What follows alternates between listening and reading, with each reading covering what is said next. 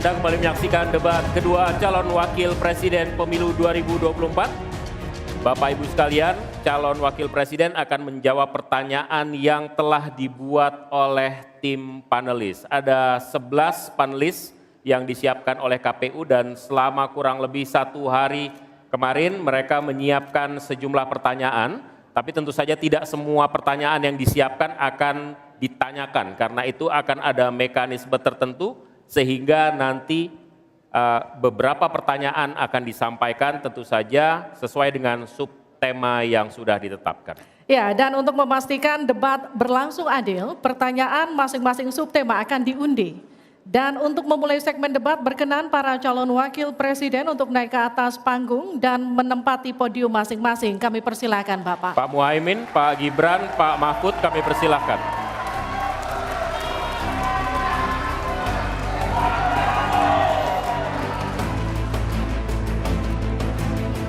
Pada segmen pertama penyampaian visi misi dimulai dengan calon wakil presiden nomor urut 2, maka di sesi ini kita mulai dengan calon wakil presiden nomor urut 3. Dan untuk itu kami persilakan panelis Alamsyah Saragih untuk mengambil subtema pertanyaan di dalam fishbowl, kemudian silahkan diperlihatkan ke calon wakil presiden dan juga moderator.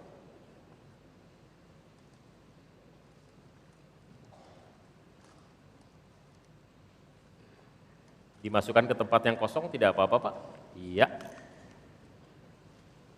Tarik saja biar cepat. Yes. Silakan diperlihatkan ke calon wakil. Hanya cukup di tempat Bapak, diangkat saja Bapak. Baik, tolong dihadapkan ke kami Bapak. Ekonomi kerakyatan digital. Ekonomi kerakyatan digital, oke. Kami akan undang kemudian Bapak Aditya Wardono untuk mengambil undian daftar pertanyaan dari fishbowl. Apakah A, B, atau C? Silakan dibuka Pak. Yes. C. Jadi ekonomi kerakyatan digital, C. Kita akan buka amplop pertanyaan, Bapak, masih disegel amplopnya.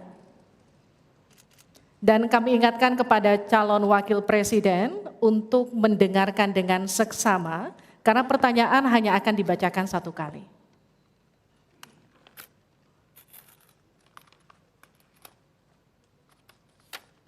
Pertanyaan untuk calon wakil presiden nomor urut 3, Bapak Mahfud MD. Terkait ekonomi kerakyatan dan digital. Digitalisasi membuka akses pasar yang lebih luas, tetapi juga berpotensi merugikan usaha mitra dan konsumen melalui penyalahgunaan data digital. Pertanyaannya, bagaimana kebijakan paslon untuk mengatasi hal tersebut? Waktu untuk menjawab 2 menit dimulai sejak Bapak menjawab. Kami persilakan. Baik. Kalau kebijakan data digital, yang terakhir ini kita sudah punya 2 undang-undang yang baru, yaitu Undang-Undang PDP dan Undang-Undang ITE yang baru saja diresmikan. Tapi lebih dari itu, menurut saya digital atau ekonomi digital ini tidak bisa dihindarkan oleh siapapun. Oleh sebab itu, ya kita tidak bisa menolaknya, tetapi harus berhati-hati karena terjadi disrupsi yang luar biasa dalam perkembangan digital ini. Saya menangani kasus misalnya pinjol, di mana rakyat menjadi korban dari kegiatan ekonomi digital. Ada kripto misalnya. Kasus pinjol itu sendiri sungguh sangat problematik. Kenapa? Karena dia dibuat secara hukum perdata melalui gadget. Rakyat yang tidak tahu langsung bilang, kamu mau pinjam uang sekian? Yes. Bunganya sekian? Yes. Kalau tidak bayar sekian? Yes. Itu perdata. Dan itu banyak yang menjadi korban. Banyak yang sampai bunuh diri. Ada seorang dari Semarang, seorang guru, meminjam hanya 500 ribu, kemudian hutangnya menjadi 240 juta karena selalu bertambah bunganya. Kemudian ada yang sampai bunuh diri. Dalam hal pinjol ini ketika saya sampaikan ke Polri, tidak bisa Pak, itu hukum perdata. Ketika saya sampaikan ke OJK, OJK bilang itu bukan kewenangan kami. Itu bukan kewenangan kami karena mereka ilegal, tidak terdaftar. Berkali-kali saya panggil, kemudian saya undang dalam rapat bersama gabungan di Menko Polhukam. Kita nyatakan bahwa itu tindak pidana dan harus segera ditangkap. Itulah dalam sehari kemudian ditangkap 144 orang di hari itu juga. Sekian. Baik, tepat waktu. Selanjutnya kami berikan kesempatan kepada calon wakil presiden nomor urut 1 untuk memberikan tanggapan atas jawaban yang disampaikan oleh Pak Mahfud tadi. Silakan Pak Muhaimin, waktu Anda 1 menit. Ya, benar sekali bahwa antara perkembangan teknologi digital dengan kemampuan UMKM kita masih terjadi gap. Oleh karena itu harus ditindaklanjuti Pak Mahfud. Selain pemberantasan pinjaman online, judi online, ini pun masih harus diselepet lagi. Karena tidak komprehensif di dalam menangani ini. Sehingga pinjol masih merajalela, judi online masih merajalela. Yang lebih penting dari itu Pak Mahfud, bahwa sebetulnya kemampuan untuk masuk pada dunia digital membutuhkan bantuan dari pemerintah untuk turun tangan. Menangani apa? Mulai dari literasi digital untuk UMKM. Yang kedua, membantu push pemasaran bagi keberlangsungan UMKM menghadapi persaingan yang sangat ketat. Di sisi yang lain, kita juga membutuhkan kapasitas teknologi kita supaya lebih bisa membantu, seperti kecepatan dari internet yang sedang ada di masyarakat kita masih sangat rendah. Baik, harap tenang. Selanjutnya kita akan beralih ke calon wakil presiden nomor urut 2, Bapak Gibran Raka Buming Raka untuk menanggapi. Waktu Bapak untuk menanggapi 1 menit, kita mulai sejak Bapak mulai berbicara. Baik, terima kasih. Mungkin kita juga harus hati-hati, selain pinjol dan judi online, kita juga harus hati-hati untuk masalah pencurian data. Untuk itu harus kita kuatkan cyber security dan cyber defense kita. Itu sudah kita lakukan di Solo Teknopark, ada sekolah cyber security. Dan yang perlu ditekankan lagi adalah bagaimana para e-commerce ini bisa comply dengan regulasi kita. Jadi sudah tidak ada lagi nanti ke depan yang namanya shadow banning, yang namanya price dumping, yang namanya barang-barang cross border yang membunuh UMKM kita. Kita ke depan harus melindungi UMKM dan kita ingin sekali lagi, karena tadi Cak Imin bicara masalah literasi keuangan dan literasi digital, ke depan yang kita siapkan harus ada penguatan SDM, penguatan manusia digitalnya. Karena itu kita ingin anak-anak muda untuk ikut andil dalam hilirisasi digital yang akan kita canangkan sebentar lagi. Mohon tenang, mohon tenang.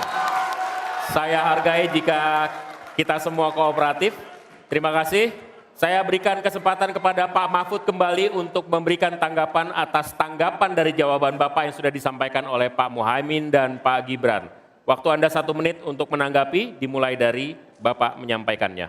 Alhamdulillah, apa yang diusulkan, ditambahkan oleh Cak Imin dan Mas Gibran itu sudah ada di visi misi kami semuanya. Tinggal baca itu. Misalnya kalau bicara infrastruktur agar bisa merata tapi aman, kadang-kala kita bicara infrastruktur itu hanya jembatan, rumah, gedung dan sebagainya. Padahal ada 3 infrastruktur yang harus dibangun. 1, infrastruktur fisik seperti yang sekarang ada, lalu infrastruktur regulasi, kemudian infrastruktur digitalisasi. Itu penting dibangun ke depan. Sama terkait dengan itu sudah ada juga cyber security. Bahkan saya sendiri yang memimpin rapat di Menko Polhukam dengan memanggil pihak-pihak yang terkait dengan tugas-tugas ini agar cyber security ke depan ditegakkan dengan sebaik-baiknya agar kita tidak selalu kecolongan. Selesai. Mohon tenang. Harap tenang. Belum selesai. Harap tenang. Oke, kita lanjut ya. Kita lanjutkan. Selanjutnya kita beralih ke pertanyaan kedua untuk calon wakil presiden nomor urut 1, Bapak Muhaimin Iskandar. Untuk itu kami persilakan panelis Bapak Agustinus Prasetyantoko untuk mengambil subtema pertanyaan. Bapak, di dalam fishbowl silakan diperlihatkan selanjutnya ke calon wakil presiden dan ke moderator.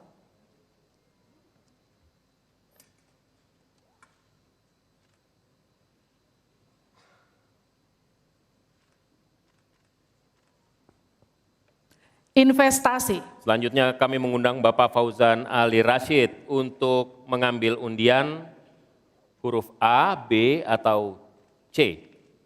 Kita lihat. Huruf A. Baik, terima kasih Pak.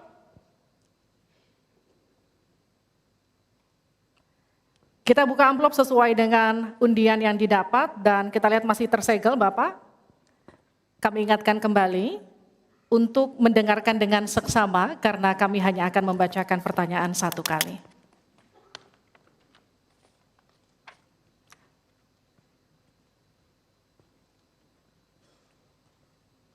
Pertanyaan untuk calon wakil presiden nomor urut 1, Bapak Muhaimin Iskandar dengan subtema investasi.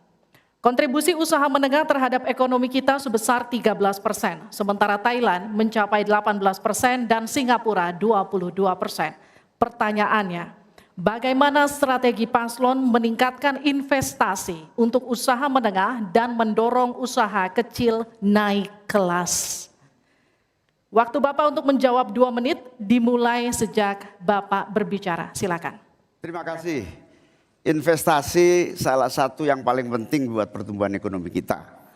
Dan investasi tidak akan ada masuk ke tanah air kita apabila tidak kita bangun trust, kepercayaan internasional, kepercayaan dalam negeri dengan apa? Dengan kepastian hukum dan terjaganya kestabilan usaha yang berkembang di masyarakat kita. Di sisi yang lain, investasi juga masih sangat tertutup. Kita ingin investasi ini begitu terbuka dan tidak hanya berkonsentrasi kepada investasi yang menumpuk pada sektor-sektor tertentu atau padat modal. Kita perlu menggeser investasi ini menjadi padat karya yang bisa melibatkan seluruh anak bangsa ini mendapatkan pekerjaan. Di sisi yang lain, di lain halnya investasi yang transparan akan membuka akses usaha kecil dan menengah untuk terlibat di dalam proses investasi yang masuk ke dalam negeri maupun yang ada di masyarakat. Kedua, agar investasi ini bisa masuk buat kalangan UMKM dan seluruh pelaku usaha kecil, maka kita harus kuatkan kapasitas dan kualitas produksi dari UMKM kita, sekaligus tanggung jawab pemerintah ini meyakinkan sekaligus memberi fasilitas kemampuan pemasaran untuk meyakinkan para calon investor baik di dalam negeri maupun dari luar negeri. Yang lebih penting dari itu adalah kepastian hukum, termasuk di dalamnya adalah jaminan akan investasi tidak akan disalahgunakan atau tidak menjadi beban baru, dalam artian investasi mengandung kecurigaan kerugian yang itu diakibatkan kepercayaan yang menurun. Kredibilitas pemerintah hukum harus ditegakkan untuk membangun trust agar semua yang investasi merasa aman. Cukup, waktu Anda habis. Terima kasih, mohon tenang. Kita mulai untuk meminta tanggapan dari calon wakil presiden nomor urut 2 terlebih dahulu, Pak Gibran. Silakan. Baik, terima kasih Gus Muhaimin. Mungkin PR kita ke depan adalah bagaimana kita bisa menurunkan indeks ICOR kita. Kita ingin indeks ICOR kita turun ke angka 4 atau 5%, sehingga investasi akan naik dan akan menumbuhkan trust juga dari para calon-calon investor. Lalu ini yang perlu kita garis bawahi. Kita ingin akses untuk logistik harus terkoneksikan sehingga distribusi bisa menurun. Lalu untuk UMKM ini memang PR kita ke depan juga. Kita ingin memperbanyak inkubasi sehingga UMKM kita bisa naik kelas. Kita dampingi dari A sampai Z. Kita dampingi dari packagingnya, dari brandingnya, dari marketing online-nya. Setelah selesai kita dampingi lagi permodalannya. Setelah selesai kita dampingi lagi untuk bisa mendapatkan off-taker. Terima kasih. Waktu Anda masih tersisa, Bapak. Mohon tenang. Cukup? Cukup? Baik. Selanjutnya saya berikan kesempatan kepada calon wakil presiden nomor urut 3, Pak Mahfud. Caimin, calon wakil presiden paslon 1. Begini, yang Bapak sampaikan itu tadi saya kira itu sangat normatif. Seharusnya begitu. Di lapangan Pak, Investasi itu sulit loh Pak. Prosedurnya bertele-tele, ada konflik of interest di mana pejabat yang ngurus itu misalnya harus mendapat sesuatu tapi disalurkan lewat si A. Itu laporan yang masuk ke saya. Ada urusan yang harusnya diinvestasikan untuk rakyat, itu malah disentralisasi ke negara, dibuat PT sendiri lalu diurus sendiri, rakyatnya tidak kebagian. Nah itu yang sering saya dapat laporan dari berbagai tempat. Minta izin misalnya untuk UMKM. Untuk UMKM misalnya, berapa? Perlu 24 meja Pak untuk mendapat izin UMKM. Pertanyaan saya, instrumen hukum apa yang Pak Imin bisa sediakan untuk menjawab itu semua? Selesai. Baik, terima kasih. Tenang, nanti ada saatnya untuk memberikan aplaus. Selanjutnya kita akan ke calon wakil presiden nomor urut 1, Bapak Muhaimin Iskandar, untuk menanggapi kembali. Waktu Anda 1 menit, kita mulai. Ya. Memang apa yang disampaikan Pak Gibran, selain kita bantu permodalan dan kapasitas untuk produksi yang meyakinkan para investor masuk, ada prasyarat-prasyarat mutlak yang disiapkan pemerintah. Sekaligus menanggapi Pak Mahfud, kita punya undang-undang Omnibus Law, kita punya sistem baru yang lebih efektif dan ramah terhadap investasi. Tetapi sekali lagi, pemerintah terlampau lambat dalam mengimplementasikan itu semua. Sehingga harus kita selepet supaya lebih cepat lagi menyediakan sarana dan prasarana bagi percepatan izin. Berbelit-belitnya izin saya setuju, menjadi penyebab utama trust itu hilang. Nah, kita harus membenahi pada wilayah pemerintahan kita yang harus memberikan satu sarana infrastruktur yang memadai. Saya setuju, logistik menjadi salah satu kunci pentingnya. Logistik yang menyambungkan antara kebutuhan murahnya angkut barang sehingga investasi Cukup, waktu Anda habis. Harap tenang, kita lanjutkan. Kita masih lanjut. Selanjutnya kita akan beralih ke pertanyaan untuk calon wakil presiden nomor urut 2, Bapak Gibran Rakabuming Raka. Untuk itu kami persilahkan panelis Ibu Henry Saparini untuk mengambil subtema. Silakan Ibu. Dan silakan diperlihatkan kepada calon wakil presiden dan juga ke moderator.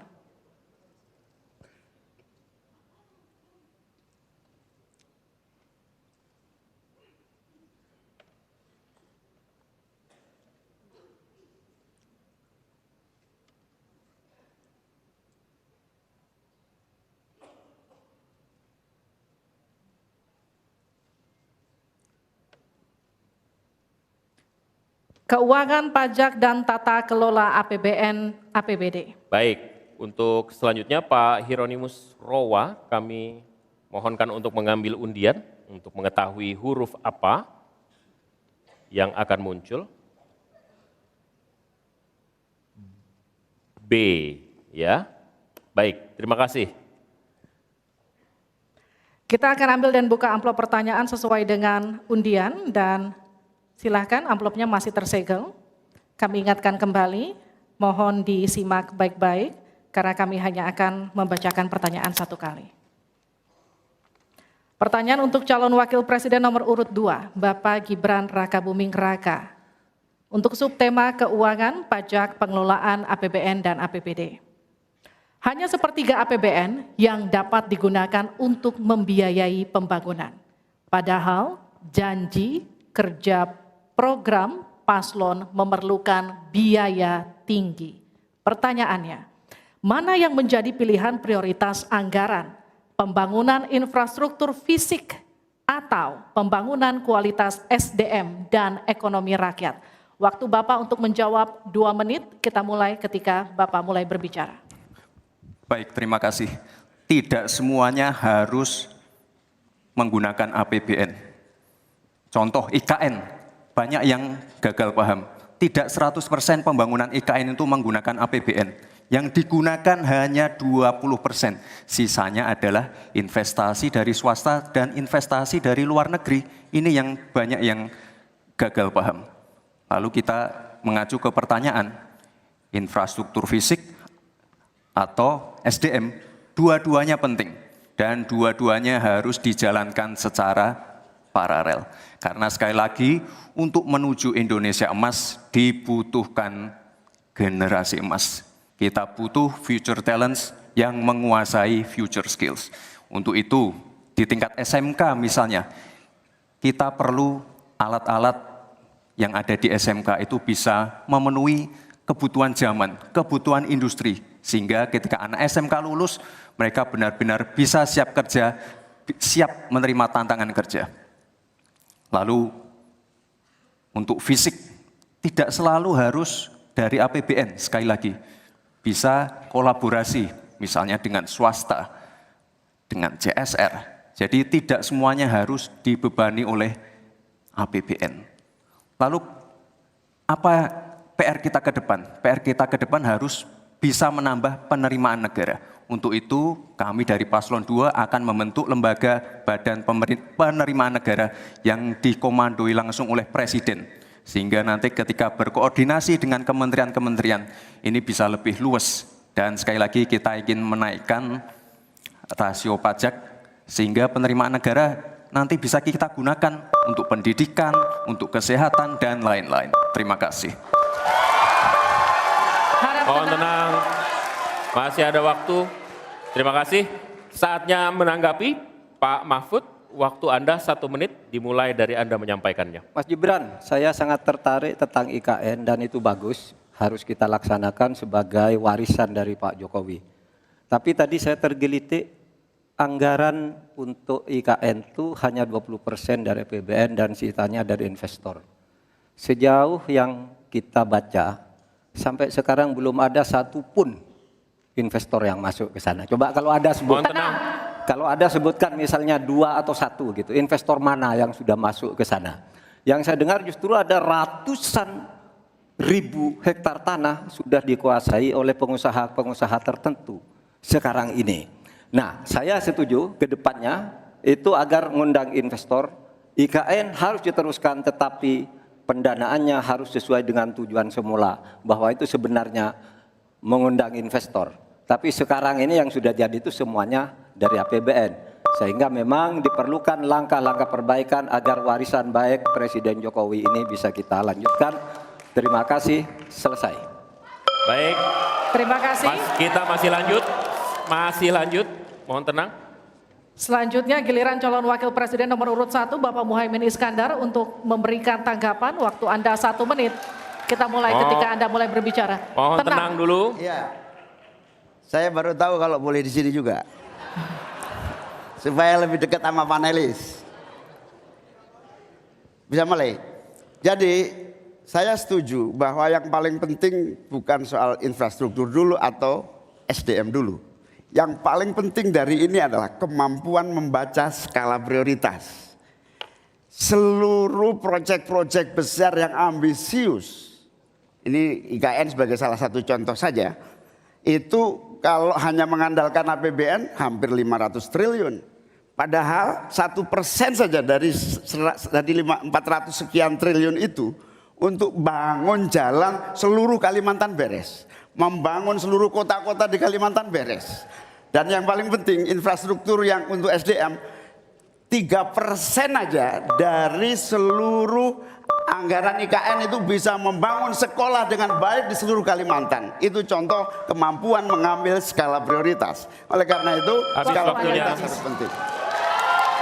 Mohon tenang. Sekarang kita berikan kesempatan kepada Pak Gibran untuk menanggapi atas tanggapan yang sudah disampaikan. Silakan. Baik, saya izin menanggapi Gus Muhaimin dulu.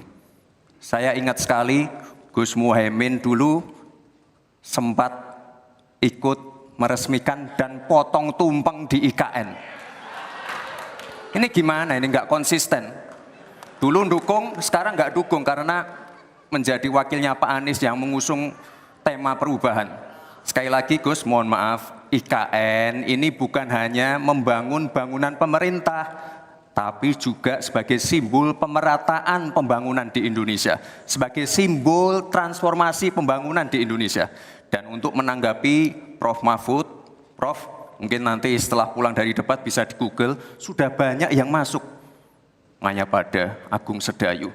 Dan nanti akan tambah lagi mungkin setelah Pilpres, karena mereka pasti akan wait and see melihat stabilitas politik di Indonesia. Terima kasih Prof. Silakan berikan apresiasi dan aplaus dulu deh. Biar semangat semua. 1, 2, 3 pendukung-pendukungnya silakan bersemangat memberikan apresiasi.